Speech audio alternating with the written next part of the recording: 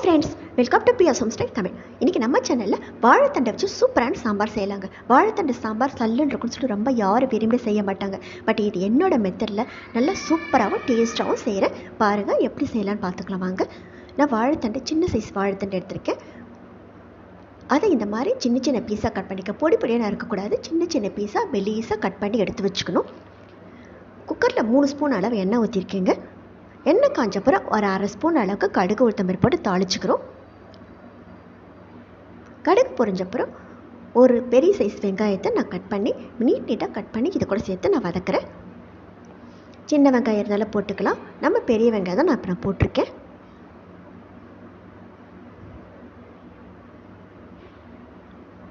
இப்போ வெங்காயம் நல்லா வதங்கணும், நல்லா சாஃப்டாக வதங்குற அளவுக்கு நம்ம வதக்கணும்.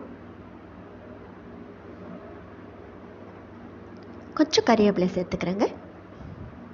எப்பயுமே கடுகு உளுத்தம்பருப்பு போட்டுட்டு உடனே கறிவேப்பிலை போடாதீங்க, உடனே எண்ணெய் தெறிக்கும். நீங்கள் வெங்காயம் போட்டுட்டு கறிவேப்பிலை போடுங்க, எப்பயுமே எண்ணெய் தெறிக்காது. இப்போ வெங்காயம் வதங்கிறதுக்கு தேவையான அளவு உப்பு கொஞ்சம் போட்டுக்கிறேன். வெங்காயம் நல்லா சாஃப்டாக வதங்கி வரணும்.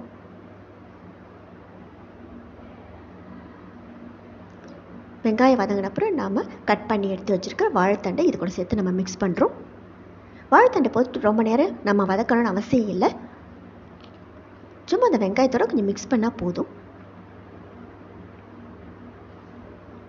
இப்போ இதுக்கு தேவையான அளவுக்கு மஞ்சள் பொடி போட்டுக்கிறேன். ஒரு 1/4 ஸ்பூன் அளவுக்கு மஞ்சள் பொடி போட்டுக்கிறேன்.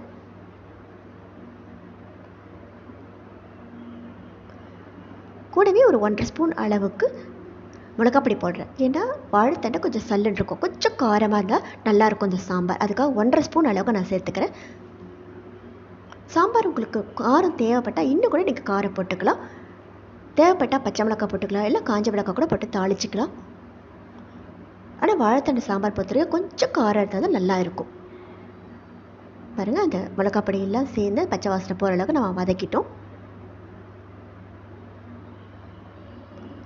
இப்போ அந்த காய் வேகிறதுக்கு சும்மா 1 டம்ளர் அளவுக்கு தண்ணி ஊற்றிருக்கேன். உடனே பருப்பு நம்ம ஊற்றக்கூடாது, எப்பயுமே பருப்பு உடனே ஊற்றக்கூடாது. தண்ணி ஊற்றி காய் கொதிச்சப்புறம் அதுக்கப்புறம் தான் நம்ம பருப்பு ஊற்றணும்.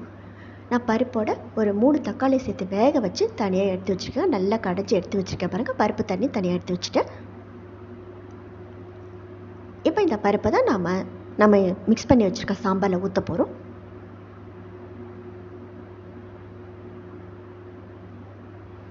பாருங்கள், நல்லா கொதிச்சு காயும் நல்லா வெந்துடுச்சு.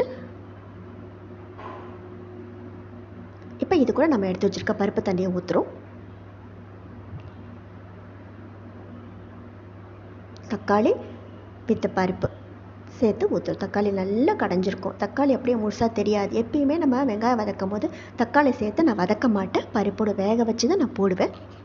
அப்போ தான் அந்த சாம்பாரோட நல்லா இழைஞ்சிருக்கும், சாம்பார் கொஞ்சம் திக்னஸ் கொடுக்கும். வாழைத்தண்டு சாம்பார் ரொம்ப திக்காக இருக்கக்கூடாது, கொஞ்சம் திக்காக இல்லாமல் தண்ணியாக இல்லாமல் இருக்கணும். இந்த மாதிரி மீடியமாக இருக்கணும்.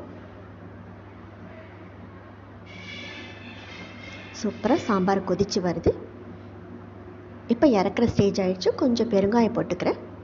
சாம்பாரில் யூஸ்வலாக எப்பயுமே பெருங்காயம் போடுவோம், இதுக்கு இன்னும் கொஞ்சம் தூக்கலாக போடணும்.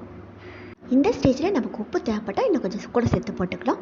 யூஸ்வலாக எல்லா சாம்பாருக்கும் கொஞ்சம் புளி தண்ணி ஊற்றுவோம், இதுக்கு ரொம்ப புளி வேண்டாம், தக்காளி பழமே போதும். அவ்வளோதாங்க, சூப்பராக சாம்பார் ரெடி ஆகிடுச்சு. இப்போ இதை ஒரு வேறு பாத்திரத்தில் ட்ரான்ஸ்ஃபர் பண்ணிட்டோம். சூப்பரான வாழைத்தண்டு சாம்பார் ரெடி ஆகிடுச்சு. கொஞ்சம் கொத்தமல்லி தூவி நாம் சர்வ் பண்ண வேண்டியதாங்க. இதுக்கு அழகாக காரசாரமாக பொரியல் எதனா வச்சு சாப்பிட்டுக்கலாம். ரொம்ப டேஸ்ட்டாகவும் இருக்கும், ஹெல்திங்க. வாழைத்தண்டில் பொரியலாக செய்கிறோம், நிறைய விஷயங்கள் கூட்டெல்லாம் பண்ணுறோம். இப்படி சாம்பார் வச்சு பாருங்கள், ரொம்ப டேஸ்ட்டாக இருக்கும். இந்த சாம்பார் கொஞ்சம் காரமாக இருக்கணும், அப்போ தான் ரொம்ப டேஸ்ட்டாக இருக்கும். நீங்களும் இன்றைக்கி ட்ரை பண்ணி பாருங்கள். ஃப்ரெண்ட்ஸ், உங்களுக்கு இந்த வாழைத்தண்டு சாம்பார் ரெசிபி பிடிச்சிருந்தா நம்ம வீடியோ லைக் பண்ணுங்கள், ஷேர் பண்ணுங்கள், மறக்காமல் சப்ஸ்கிரைப் பண்ணி சப்போர்ட் பண்ணுங்கள். தேங்க்யூ.